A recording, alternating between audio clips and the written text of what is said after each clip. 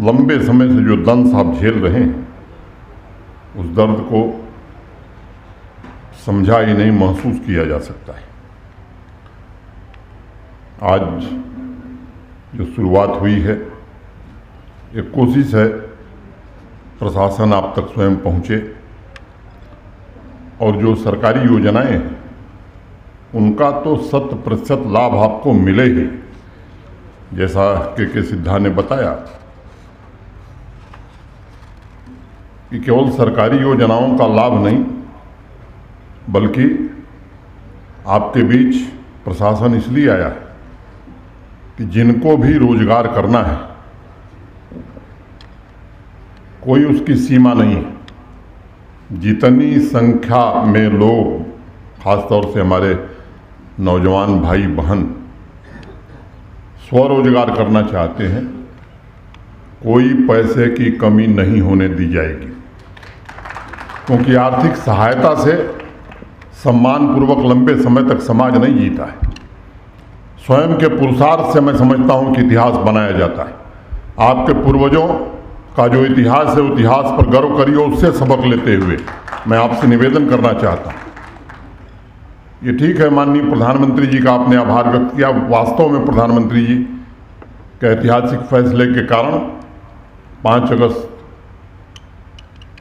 2019 के बाद असंख्य ऐसे लोग जो लंबे समय से अपने मौलिक अधिकारों से वंचित थे, केवल मौलिक अधिकार नहीं बल्कि सामाजिक अधिकारों से वंचित थे, आर्थिक अधिकारों से वंचित थे, उस ऐतिहासिक निर्णय से ढेर सारे लोगों का जीवन बदला है। लेकिन वक्त का पहिया जिस रफ्तार से घूम रहा है, आप भारत माता की संतान हैं और हम आज दुनिया की 5वीं बड़ी अर्थव्यवस्था बन गए हैं, उस देश को पीछे छोड़ करके जिस देश के हम गुलाम हुआ करते थे।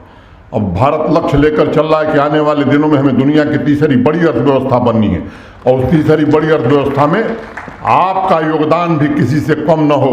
मैं समझता हूं ये संकल्प आज लेने की जरूरत है और इसलिए काफ़ी विस्तार से सिद्धा जी ने बताया है, मैं उसके विस्तार में नहीं जाना चाहता।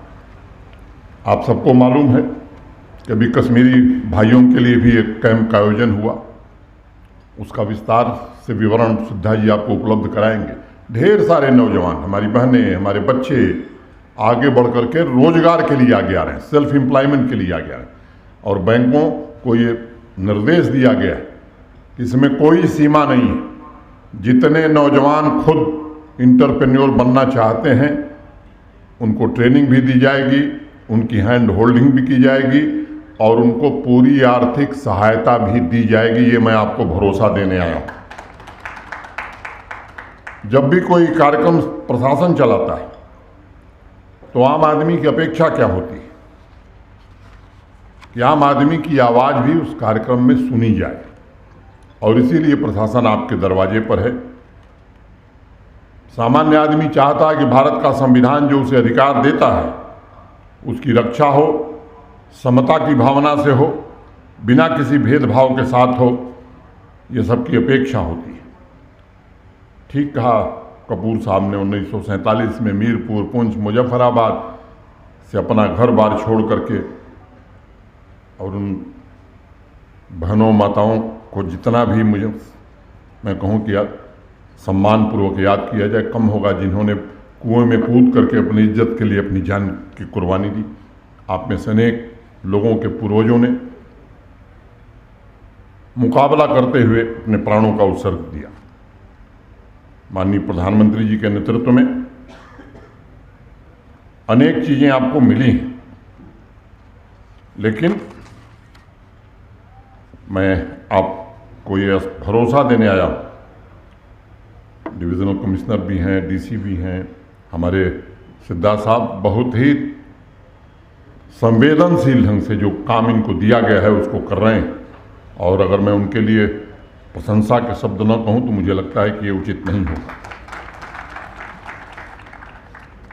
डोमिसाइल, बाकी चीज़ें सामान्य प्रक्रिया है और जम्मू कश्मीर प्रशासन एक पारदर्शी व्यवस्था की तरफ आगे बढ़ रहा है।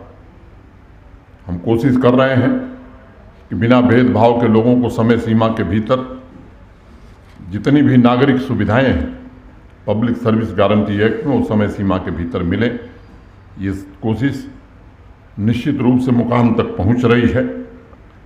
बिचौलियों को कोई जगह न रहे इसका भी इंतज़ाम हम कर रहे हैं, क्योंकि ये बिचौलिए बड़े खतरनाक लोग हैं।